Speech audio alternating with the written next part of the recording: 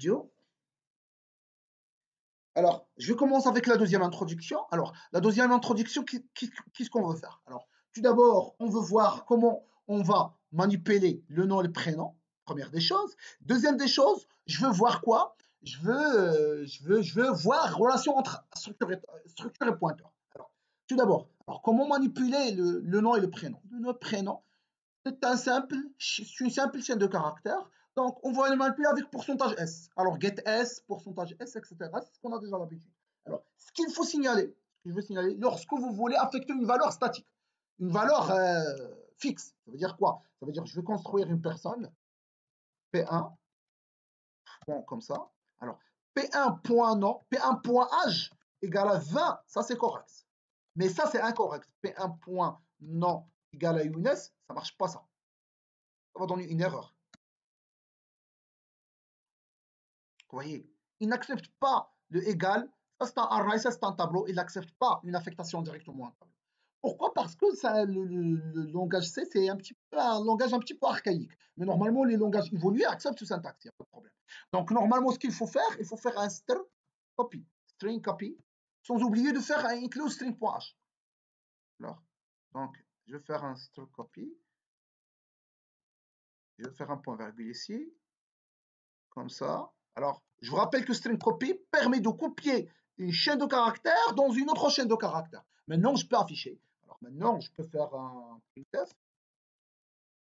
Le nom est pourcentage S et l'âge est pourcentage T. Je peux faire quoi? Alors P1.nom et par la suite virgule P1.h. Donc ça c'est classique. Alors point virgule. Alors et par la suite, c'est quoi la carte aussi? F12. F12. Alors, vous voyez, le nom Younes, et là, j'ai 20. Ça, c'est facile.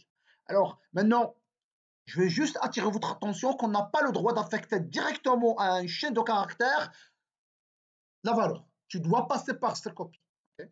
Alors, maintenant, on va voir comment on va construire un tableau, mais en utilisant le pointeur. Parce que les tableaux, vous pouvez créer des tableaux statiques, comme ça. Alors, personne, tab, 20. Ça, c'est un tableau dont la taille est statique. Mais vous pouvez créer un tableau dont la taille est dynamique. Comment? Via les pointeurs. Alors, comment? Printf, c'est quoi la taille? Alors, hop, point virgule. Alors, sans oublier un P ici. Je vais lire la taille et je vais la poser dans une variable. Alors, i, n. Je vais la poser au sein d'une variable n. Donc, scanf, pourcentage t, virgule, adresse de n. Et par la suite, je peux construire un tableau dont la taille est dynamique, contrairement à celui-là. Donc la taille, c'est n, je sais pas. Par contre, ici, je suis sûr que la taille est 10. Alors comment? Alors, via malloc, c'est ce qu'on a déjà. Alors, il faut créer un tableau. Alors, personne, étoile. Comme on a l'habitude de faire int étoile. Donc, personne étoile, égale à nul, sans oublier d'initialiser les pointures toujours par nul. Maintenant, je vais faire un malloc pour pouvoir construire. Donc, alors je vais l'appeler ps1. Donc, ps1 égale malloc n, ça veut dire je vais réserver à la mémoire n cases, et chaque case qui contient le size of quoi? Le size of personne. C'est-à-dire, je vais construire n cases, c'est ça, n cases de quoi? De personnes. Donc, je vais réserver en fin de compte n personnes. Donc, ps1 de 1. Maintenant, je peux faire print, c'est quoi l'âge? Je vais faire ps1.âge. Alors maintenant, en fin de compte, le pointeur ps1, soit on va le manipuler via les crochets, comme on a déjà l'habitude de faire, okay? Soit on pourra le manipuler via étoile, etc., tout en respectant l'équivalence qu'on a dit. L'équivalence, c'est quoi? C'est ps1 plus i, et les équivalences, c'est la même chose que adresse de ps1 de i. Ça, c'est la première équivalence. Deuxième équivalence, c'est que ps1, alors deuxième équivalence, ps1 étoile comme ça, plus i, étoile ps1 plus i, l'équivalent à ps1 crochet de i. Okay? Donc ça permet d'afficher la valeur, et ça permet d'afficher quoi? L'adresse mémoire, Ça, c'est l'équivalence. Maintenant, je peux substituer ça. C'est facile. Facile, je peux substituer ça. Alors, alors, une dernière remarque que j'aime bien de le dire, c'est que, une dernière équivalence. PS1, alors, si vous voulez faire, alors, remarquez s'il vous plaît, par exemple, je vais tirer l'âge. L'âge, donc, c'est PS1 plus I. Alors, je vais tirer l'âge, c'est comme ça. Âge. Alors, vous voyez, il y a étoile, il y a étoile, il y a l'étoile, il y a les parenthèses et les points, c'est un petit peu pénible. Alors, on a aussi une équivalence. Alors, ça c'est quoi? Alors, ça, si c'est un pointeur, si le PS c'est un pointeur, je peux faire carrément. Alors, c'est le PS c'est un pointeur. Alors, c'est un pointeur, je peux faire PS1 flèche.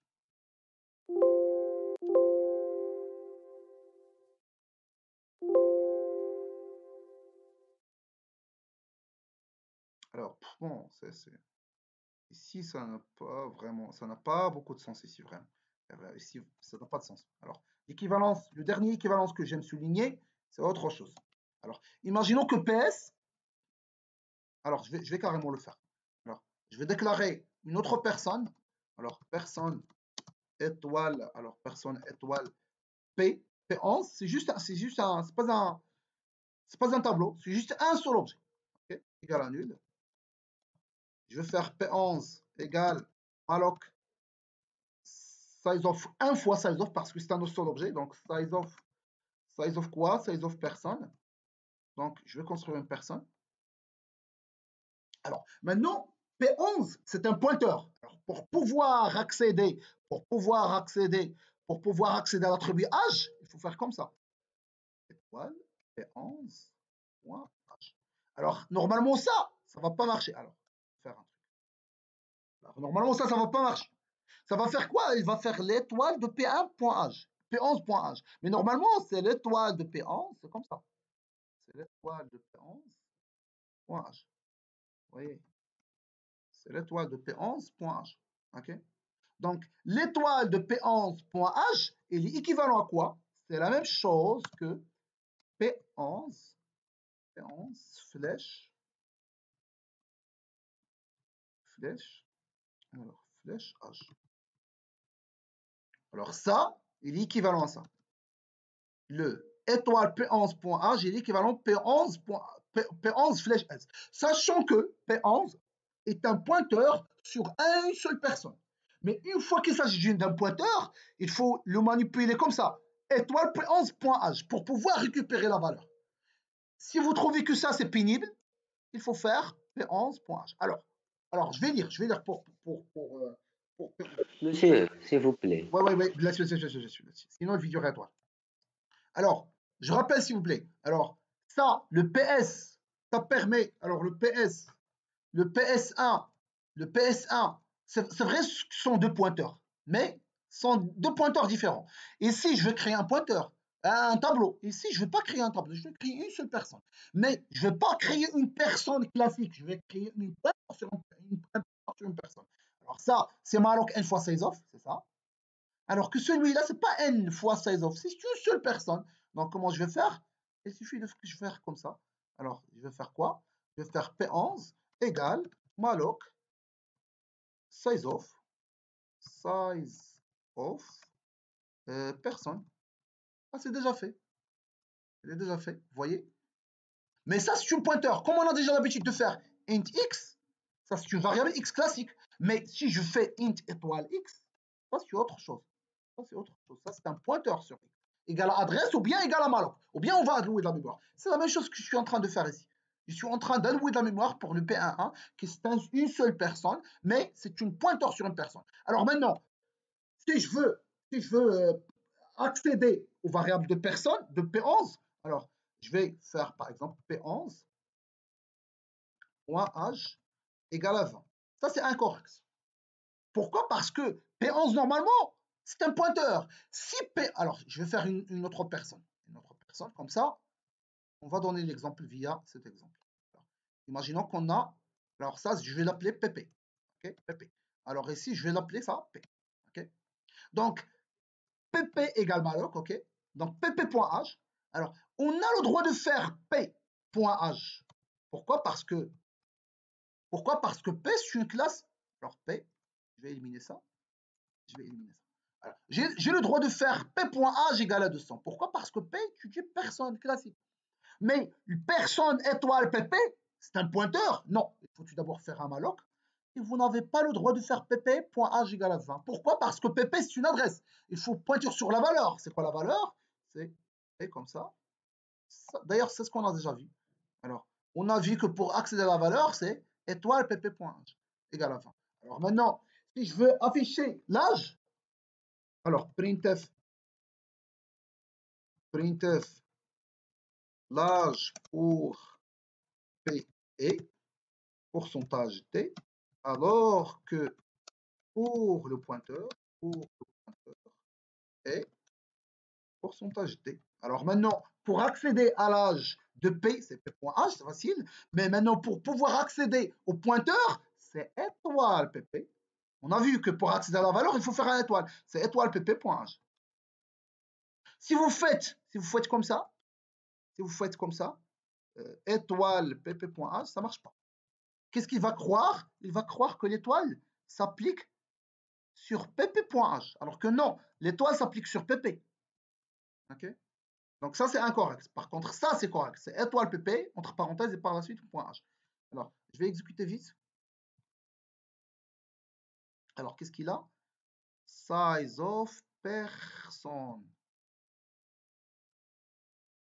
Alors, request member. Alors, c'est moi qui ai fait l'erreur. هذه الفيديو كيبان لي بحال خصني كاع نعاود هذه الفيديو هذه. Qu'est-ce qu'il a? Alors, pp égale à malloc. قال لك request for member is not a structural union. Alors, je vais convertir ici à une personne. Alors, je vais faire comme ça.